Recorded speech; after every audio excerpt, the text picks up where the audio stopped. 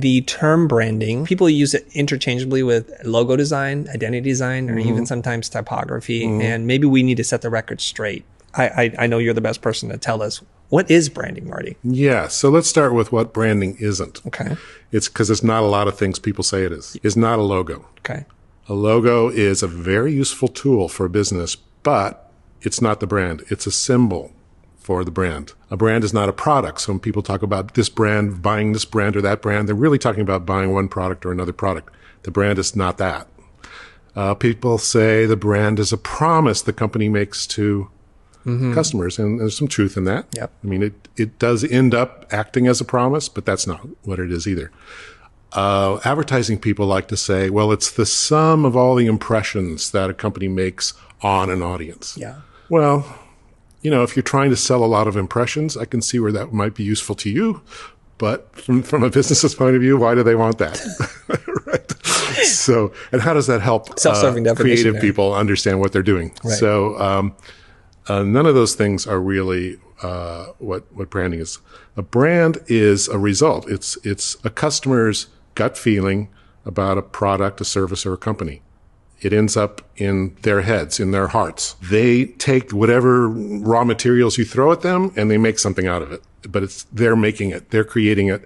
And so in a sense, when you create a brand, you're not creating one brand, you're creating millions of brands, like however many customers or people in your audience. Oh. Each one has a different brand of you. So a brand is like a reputation, right? So it's your business reputation, and everyone's going to be a little bit different about what that reputation is.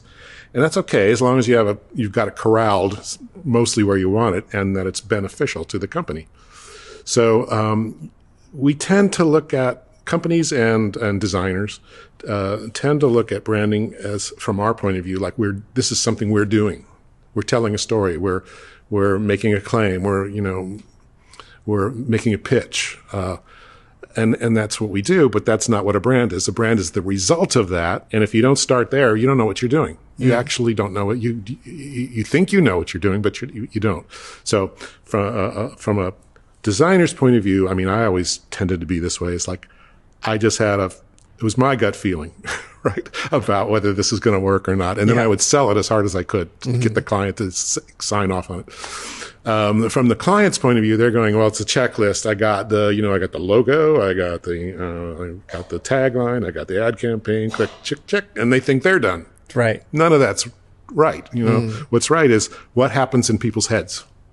Like, what have we achieved? Like, what's the reputation that we've created through the products we're putting out, like the design of the products, the messaging we're putting out, the look and feel of them, our culture, how does that affect people? How our employees behave, how is that affecting our reputation? All that stuff counts. So it's a big world, and it actually takes in almost all of business.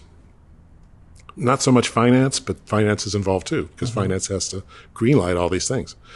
But almost everybody in a company is, affecting the brand, doing something with the brand, doing it for the brand, or hurting the brand. So you got to think of it that way.